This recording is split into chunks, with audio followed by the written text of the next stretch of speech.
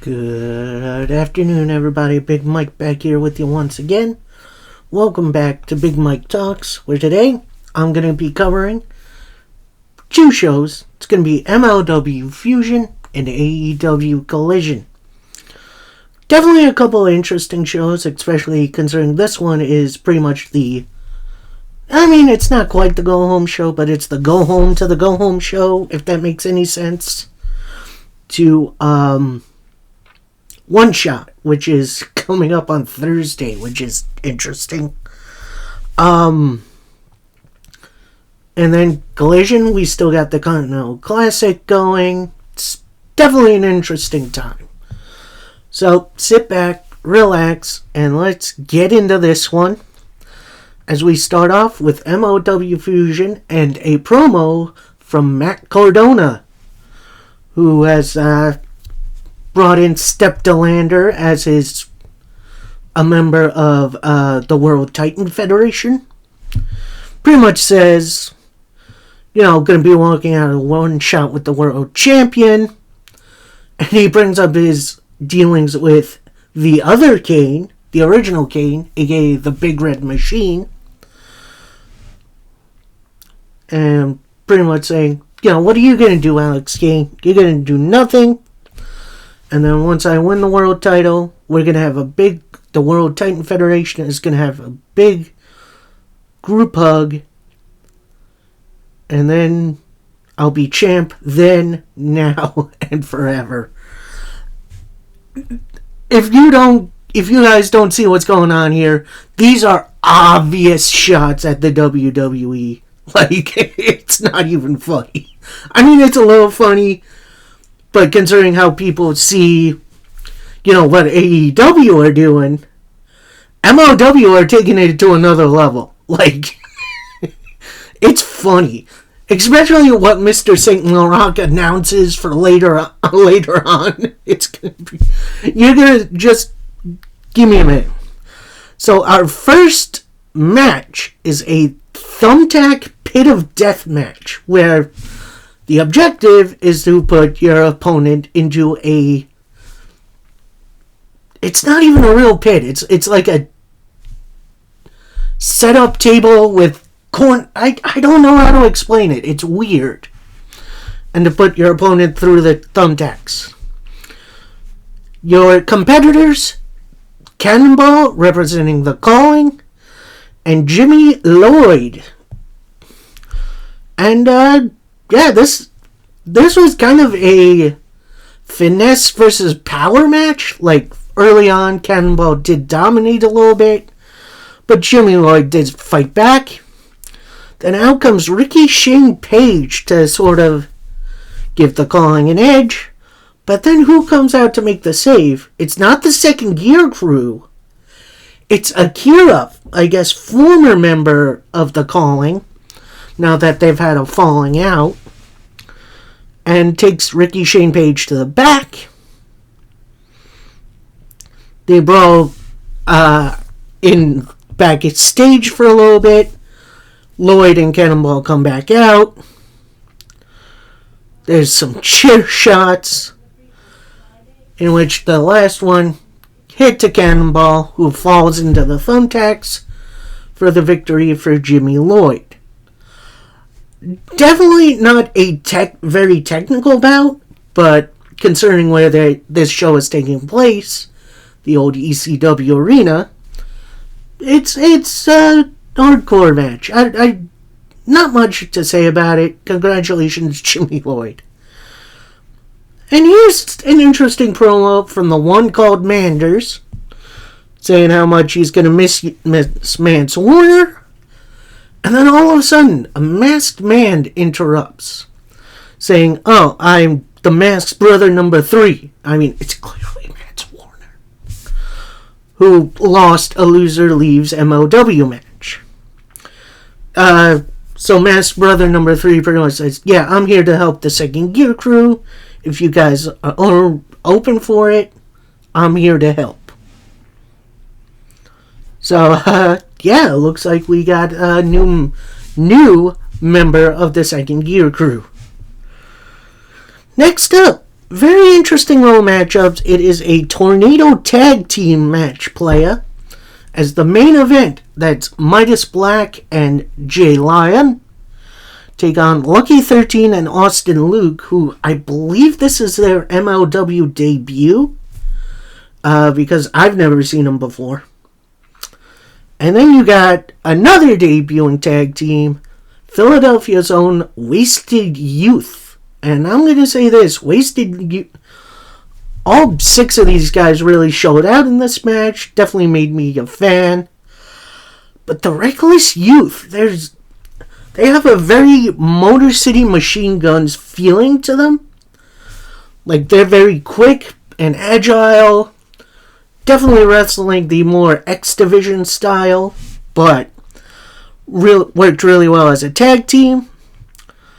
But then after a shooting star press, 450, your winners, the Wasted Youth. Which, congratulations. Definitely a fun match. Maybe a bit random, but, I enjoyed it. Then we get an interview by the Wasted Youth on just outside the ring. Thanks the MLW Universe, thanks MLW themselves. Basically went over their history in the Indies. And, pretty much say, yeah, we've been searching for a home for a long time. Someone who would treat us with respect. I think we found this place tonight. And we found the hottest tag team division in wrestling. And it's about to get hotter with the Wasted Youth. So it looks like the Wasted Youth are going to be regulars on MLW, in which I'm super excited to see more of them. Let's see where this goes.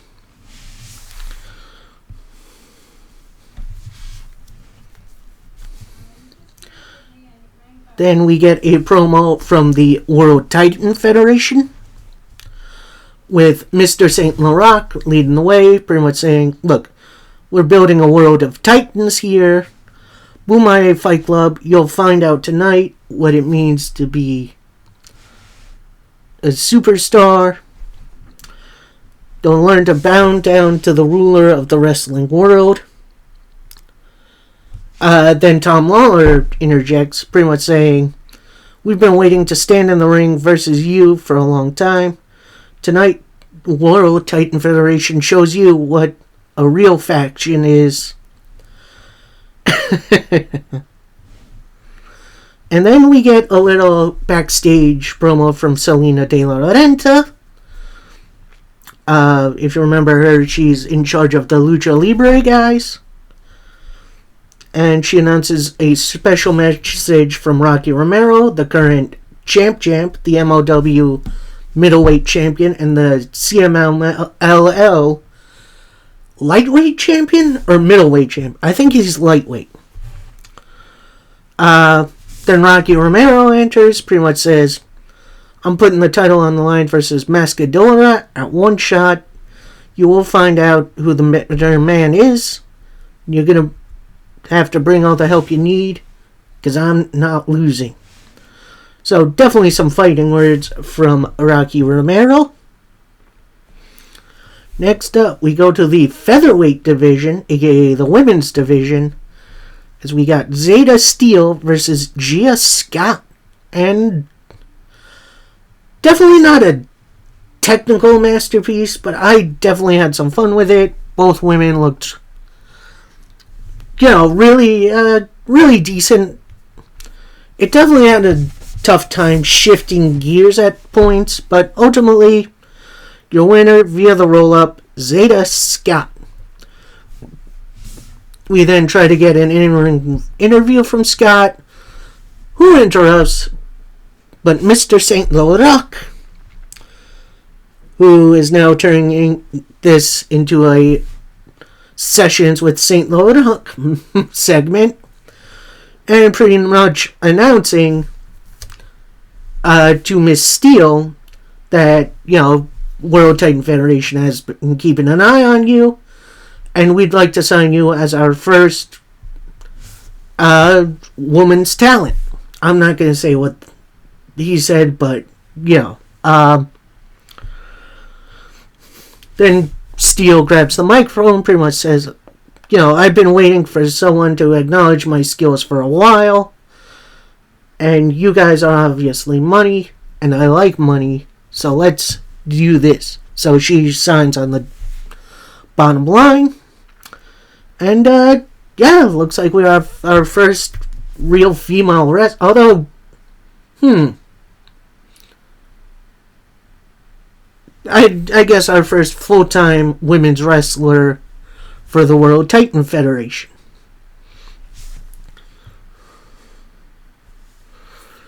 Then we get an Alex Kane backstage promo, in which she says, Cardona, you're going to need more than one shot to beat me. You've been messing with my family, my fight club for far too long. I'm going to knock you back to Suplex Island. I'm going to take Mr. St. Laurent to Fat Camp, which fat shaming. Don't love it, but I understand what he's going for. And no one is going to be safe from me. So, definitely target locked for Alex Kane.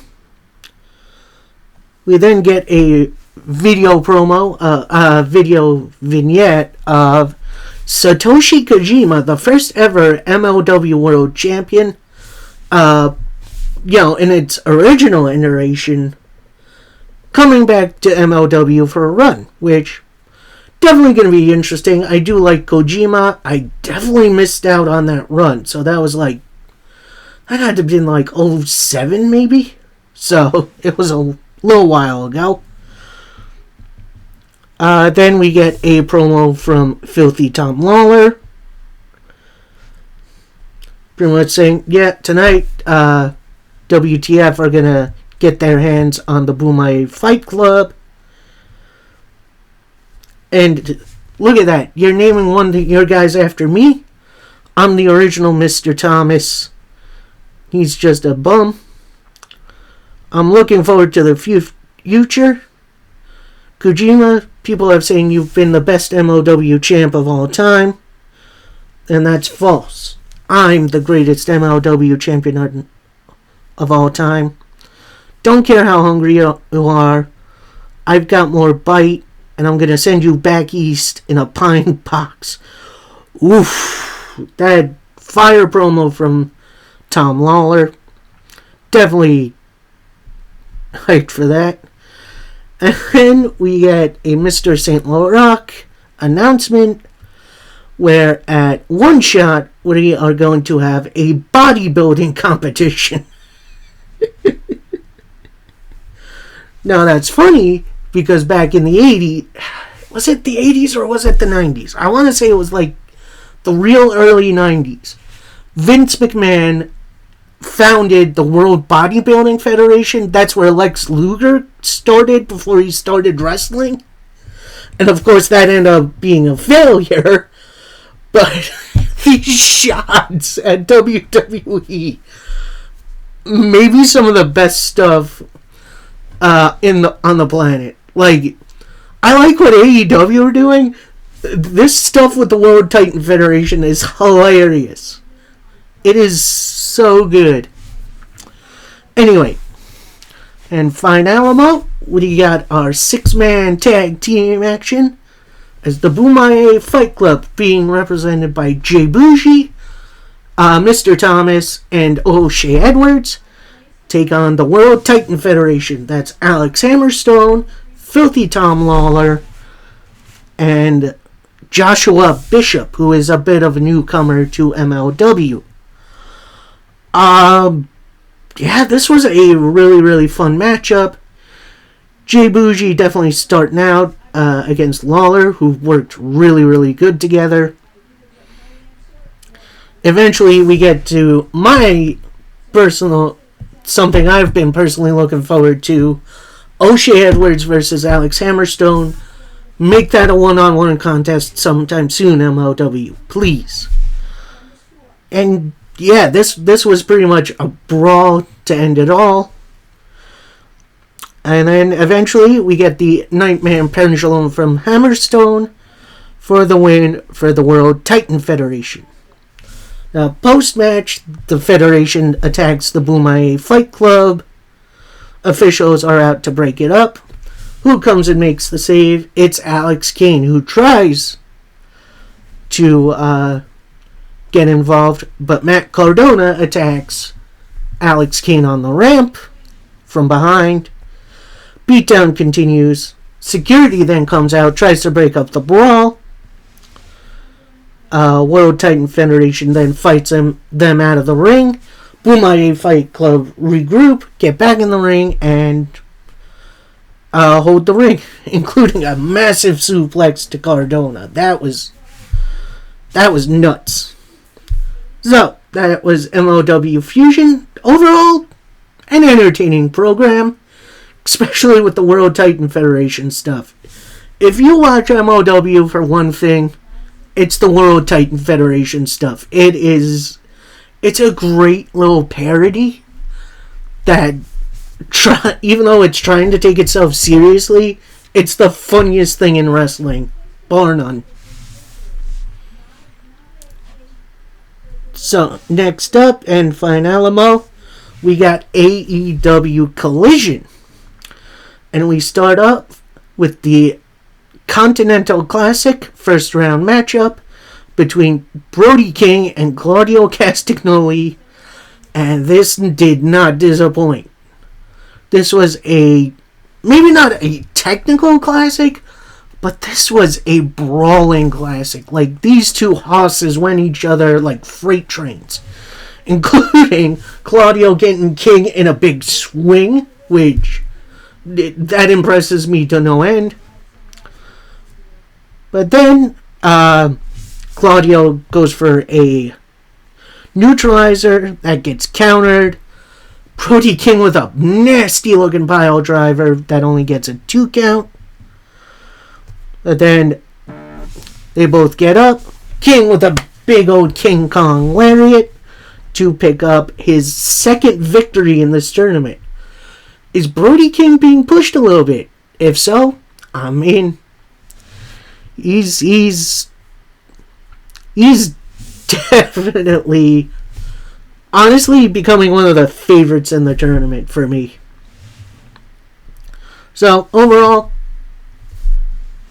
very entertaining matchup.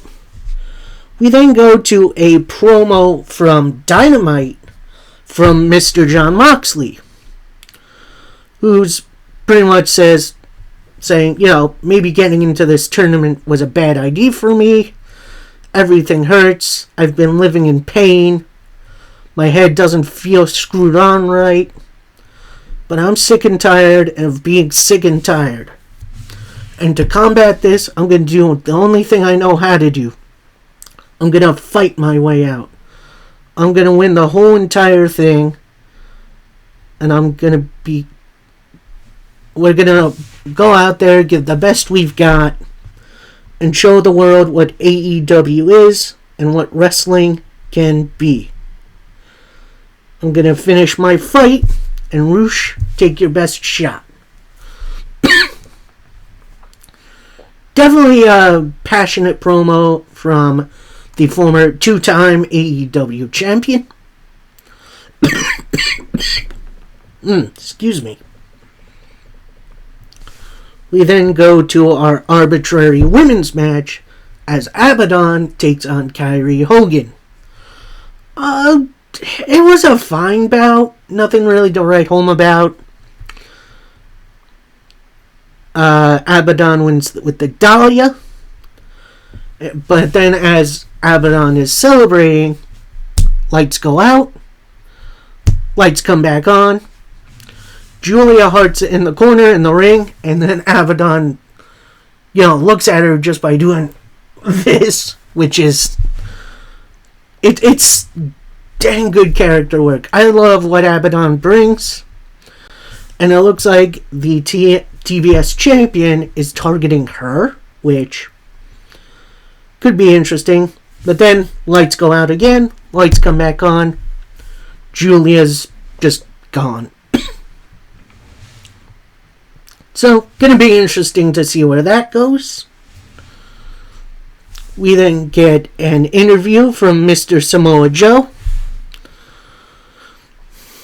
who is reacting to the question of, what do you think about tagging with MJF on Wednesday? And he's obviously pissed. Before he can continue, Roderick Strong and the Kingdom roll in, with Roderick pretty much saying, look, forgive me for interrupting you. But you can see that this match is clearly a trap. I've been saying it all along. MJF is clearly the devil. And considering you're Adam Cole's friend, and we're friends by proxy, I'm going to give you a warning that Wednesday is clearly a trap, and he's going to beat you down before World's End. And before Samoa Joe can really get something in, he just walks away. So, we'll see what happens with that. I'm thinking more and more Joe is going to be the devil. Although, it doesn't make much sense. I'm going to still say it's Adam Cole. That one just makes the most sense to me. Next up, we got our next matchup in the Continental Classic Blue League, as it's Daniel Garcia taking on Andrade El Idolo, the former Andrade Cien Almas. And this match is super underrated, dude. Like, this is a nice, fun TV match. The pace was really good. Kicked it into second gear pretty much almost immediately. One point, Daniel Garcia gets out of the figure eight. Right, counters right into a Dragon Tamer, in which Andrade just breaks out of it. And hits a, draping DDT to pick up the win. So, Andrade gets some points on the board. We'll see what happens with Daniel Garcia. And honestly, I'm seriously digging this tournament. Next up, we got a weird promo from Willie Mack, of all people. Now, I'm not 100% certain he's signed to AEW, but he has been doing some matches on Ring of Honor lately, which, he's easily one of my favorite wrestlers going today. And then he has a promo for Wardlow. He's saying, you don't put your hands on my friends. So next week, let's do the thing in the ring. And I'm a big meal to try to eat. And let's feast. So, gonna be a bit of a hoss battle next week. Can't wait for that one. Then we get a On the Ramp promo from Roderick Strong. Pretty much reiterating what he said backstage, that, Max is the devil. And tonight, the Kingdom is gonna beat your clown's ass here tonight. And I'm gonna dedicate this match to Adam Cole. That then leads right into Matt Taven and Mike Bennett taking on the Iron Savages. In which, relatively short match, but I think the Savages did get some stuff in. But then after an aided pile driver, your winners, the Kingdom. But then all of a sudden, Roderick Strong gets up from out of his wheelchair again, attacks the Savages, but then he kind of just crumples back, and the Kingdom help him back in his chair. So, kind of a nothing matchup, but I'm glad the Savages are getting a little bit more TV time. We then get this little surprise of the evening, an Ethan Page promo where he pretty much says, yeah, I've been toiling away on Ring of Honor for a little bit. I feel like I've gotten to be better as a person. Next week, we're going to be up in Canada. And then he turns to the camera, and I want Kenny Omega.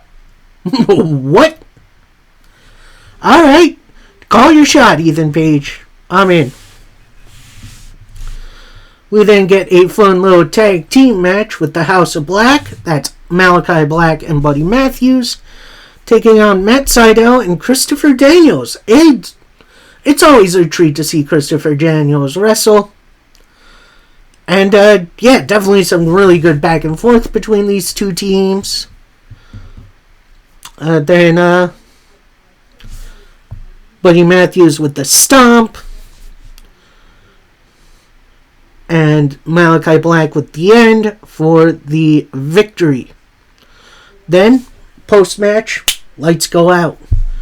Then out comes FTR, who they've been feuding with for a while. Malachi Black gets a microphone. Pretty much says, before you guys do anything, assume you both are joining the House of Black. I know you guys are family men, and it's been weeks since our challenge has been issued. You've done a lot of things. Have I told a lie? And then FDR and House of Black start brawling. Stomp to Dax Harwood. The end to Dax Harwood. Black gets the microphone again. Pretty much says, see that? No one is coming to help you. And another the end to Cash Wheeler. We then get a timeless Toni Storm interview in which she says, there's no time for questions today. And I did accept the challenge from Sky Blue.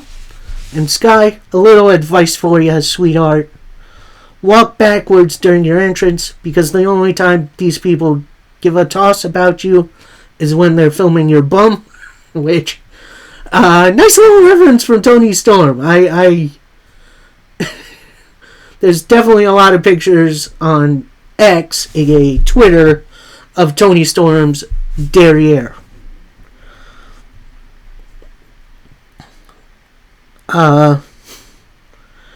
And saying, yeah, she'll be my first challenger coming up. Then we get a Sky Blue promo. Not an interview. It's a backstage promo. Pretty much says, you know, I've seen all your faces. This one is the most pathetic. And you haven't met this version of Sky Blue. And, yeah, nice little short but sweet promo from Sky Blue. Gonna be interesting to see where this goes. Now, this next match was actually a last-minute fill-in match, which, you know, that's kind of hard to believe that there was this much time. As we have the AAA Mega Champion, El Hijo del Vikingo, taking on Superbad Chris Sabian. And these two guys, I mean, this was pretty much Lucha Libre style at its absolute best.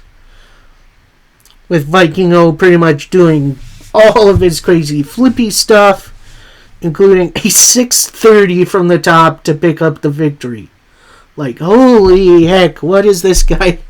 This guy's gonna kill himself one of these days.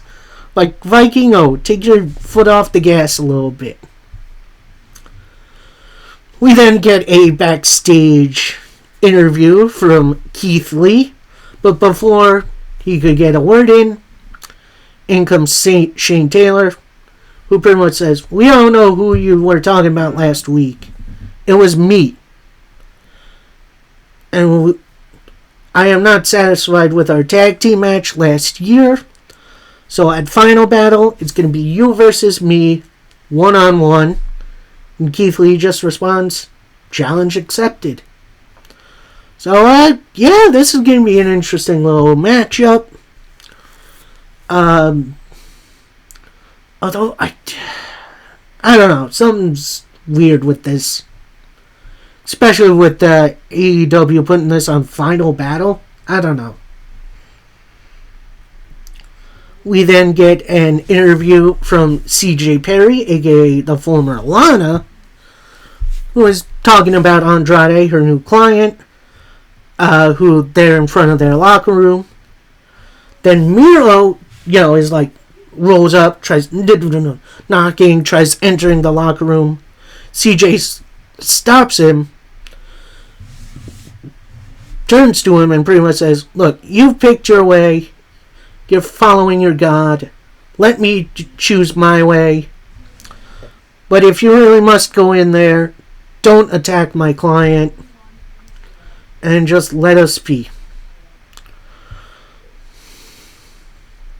And then Miro turns to CJ, pretty much tells her, "I promise I won't attack your client, but I'm not through with him."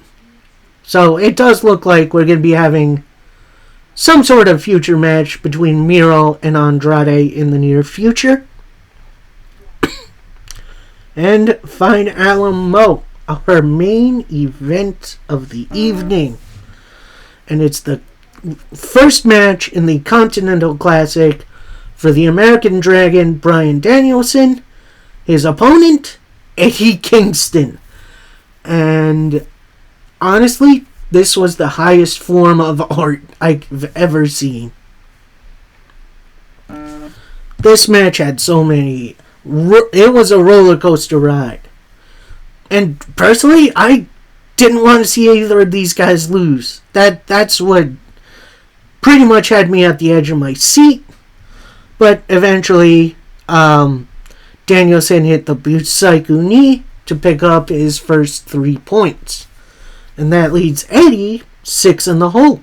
So, we'll see what happens with Mr. Eddie Kingston. I got a funny feeling he's going to have a comeback story. So, that is it for this week in pro wrestling. Now, coming up soon, we're still going to cover the weekly stuff. I'll do what I can to cover the pay-per-views. But I think it's almost about time for award season. That's right, it's going to be the Big Mike Talks Pro Wrestling Awards Special. Stay tuned for that one. That'll probably be more middle of the month than anything. So stay tuned for that. And until next time, happy wrestling, everybody. Peace.